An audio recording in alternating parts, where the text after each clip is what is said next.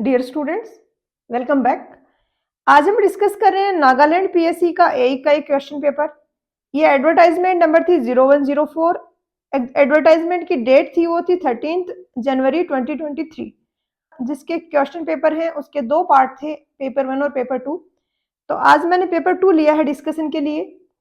इसके पैटर्न की अगर हम बात करें तो यहाँ पर 3 आवर यानी 180 मिनट में नंबर ऑफ क्वेश्चन होते हैं 200। काफी सारा आइडिया तो एग्जाम में किस लेवल के क्वेश्चंस आने हैं ये पैटर्न देख के लग जाता है कि कितना टाइम है और कितने क्वेश्चंस हैं। यहाँ पर जैसे कि एक क्वेश्चन के लिए आपको 1 मिनट से भी कम मिल रहा है, तो ऐसे में आपको वन लाइनर क्वेश्चंस ज्यादा मिलेंगे। जो ईएससी की पीवाईक्यूज वगैरह उतना यहाँ पर आपको बहुत कम देखने को मिलेंगे, नहीं होंगे मोस्टली। अब मैंने इसको एनालाइज किया तो यहाँ पर गुप्ता एंड गुप्ता के एज एक्सपेक्टेड 53 क्वेश्चंस थे आउट ऑफ 200, जो कि ऑलमोस्ट एज इट इज ही हैं। दो चार ऐसे क्वेश्चन होंगे जिनका थोड़ा बहुत डेटा मॉडिफाई किया है या थोड़ा बहुत लैंग्वेज में चेंज किया है, अदरवाइज कॉपी किए गए हैं जस्ट इस बुक से क्वेश्चंस। आरगोर है, इसका भी जैसा मुझे एक्सपेक्टेड था कि अगर क्वेश्चन का ऐसा लेवल इजी वाला रह रहा है तो ऐसे में आरगोर का रोल है वो काफी ज्यादा रहता है। तो आरगोर के जो वन लाइनर टाइप क्वेश्चंस हैं वो इसमें काफी ज्यादा पूछे गए हैं। और टोटल आरगोर की जो बुक है उससे टोटल 43 क्वेश्चंस आपको ऑलमोस्ट एज इट इज या थोड़े बहुत मॉडिफाइड मिलेंगे। क्वेश्चंस देख के मुझे थोड़ा खुरमी का भी लग रहा था कि शायद इस बुक के क्वेश्चंस यहाँ पर होंगे। मैंने ट्राई किया 2-3 सब्जेक्ट में, बट मुश्किल से एक क्वेश्चन मुझे ऐसा मिला है जो कि खुरमी की बुक से पूछा गया है, तो उसका इतना ज्यादा रोल नहीं है। अब ये तो मैं आपको जो बता रही हूँ ये तो 50% के आसपास बन रहे हैं, ये तो एग्जैक्टली सेम क्वेश्चन है। अगर मैं बात करूं कि सेम कंसेप्ट के क्वेश्चंस, तो मुझे लग रहा है आपको 70-80% ऐसे क्वेश्चंस यहाँ पर मिलेंगे जो आपने अगर गुप्ता एंड आर अगोर दोनों बुक्स हर सब्जेक्ट की कंप्लीट की हैं तो आप ये क्वेश्चंस को इजीली कर लोगे। मैंने सिर्फ उन्हीं को मार्क किया जो एग्जैक्टली सेम है या थोड़े बहुत मॉडिफाइड है।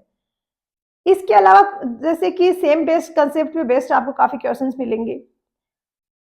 काफी क्वेश्चंस आपने अगर उन बुक्स में किए हैं तो वहां पे आपने इन डेप्थ क्वेश्चंस किए होंगे, यहाँ पर उन्हीं में से ऊपर ऊपर से क्वेश्चंस पूछ लिया जाएगा। तो एग्जैक्टली आपकी स्ट्रेटेजी क्या रहनी चाहिए ये तो मैं आपको पेपर 1 के एनालिसिस के बाद में बताऊंगी। अभी के लिए आपको ये समझ आ ही गया होगा कि आपको कहाँ से क्वेश्चंस प्रैक्टिस करने हैं। न्यूमेरिकल्स का वेटेज बहुत कम है यहाँ पर, बट फिर भी आपके पास टाइम सफिशिएंट रहेगा तो आपको अपना न्यूमेरिकल पोर्शन भी स्ट्रॉन्ग करना है, क्योंकि जो न्यूमेरिकल्स हैं उनमें टाइम की आपकी कोई दिक्कत नहीं है, तो उनमें भी आपको अच्छा परफॉर्म करना होगा। अब मैं एक लुक दे देती हूँ आपको, पेपर के गो थ्रू होते हैं हम एक बार, ताकि आइडिया लगे आपको कि कौन से क्वेश्चंस हैं वो किस बुक से पूछे गए हैं। ये पीडीएफ अगर आपको चाहिए तो नीचे मैंने अपने टेलीग्राम चैनल का लिंक दिया है, वहां से जाके आप इसको डाउनलोड कर सकते हो। आपको मेरे से कुछ डाउट्स वगैरह पूछने हैं तो उसके लिए टेलीग्राम ग्रुप है, उसका भी लिंक नीचे दिया गया है, वहां से जाके आप ग्रुप ज्वाइन करके उस पर मैसेज कर सकते हो। सर्वे के यहाँ पर आप देख रहे हो मोस्टली सारे क्वेश्चंस ही आरगोर से हैं।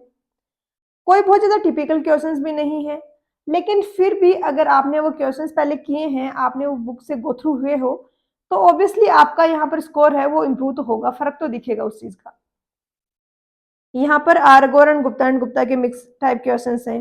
ये गुप्ता एंड गुप्ता का है, ये गुप्ता एंड गुप्ता का सर्वे का क्वेश्चन है, ये गुप्ता एंड गुप्ता का है, ये आरगोर का है।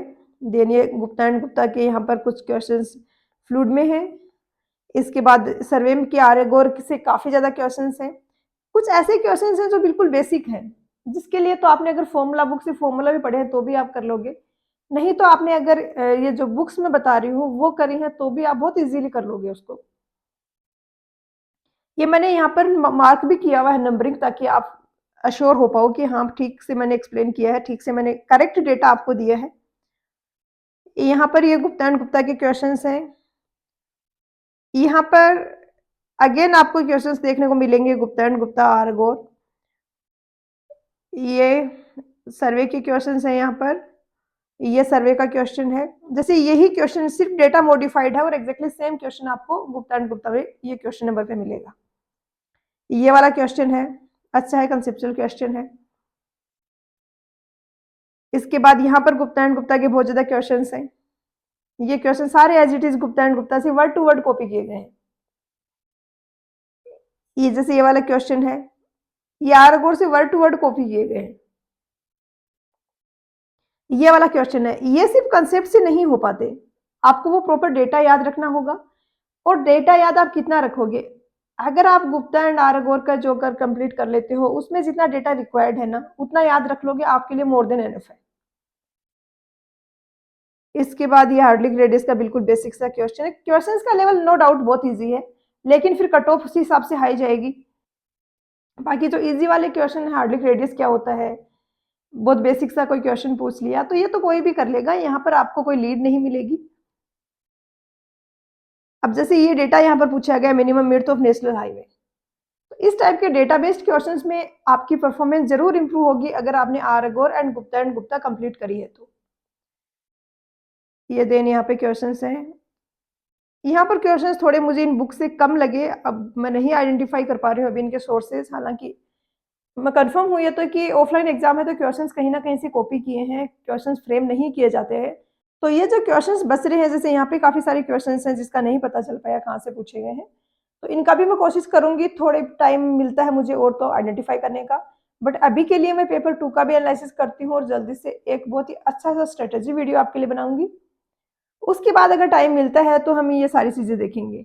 हालांकि अगर आप देखने लगो कि गुप्ता और आर के क्वेश्चंस जो हैं वो अगर आपने किए हुए हैं, उनके सिमिलर क्वेश्चंस यहाँ पर कितने मिल रहे हैं, तो मुझे लग रहा है ये सारे क्वेश्चंस हैं, ये आप कर लोगे इतना। जैसे ये वाला क्वेश्चन है, ये वर्ड टू वर्ड नहीं मिल रहा है, बट आपको गुप्ता में ऐसे क्वेश्चंस मिलेंगे रिटर्न पीरियड के, और अगर आपने वो समझ के किए हैं, मैं रटने की बात नहीं कर रही हूँ, वो चीज मैं कभी रिकमेंड नहीं करूंगी, आप समझ के क्वेश्चंस को करते हो तो काफी सारे कंसेप्ट आपके क्लियर होते हैं, और उन पे आपको नए क्वेश्चंस भी मिलते हैं जो कि आप बहुत इजीली कर लोगे। तो मिलते हैं नेक्स्ट लेक्चर में पेपर 1 के साथ। पढ़ाई करते रहिए, ऑल द वेरी बेस्ट।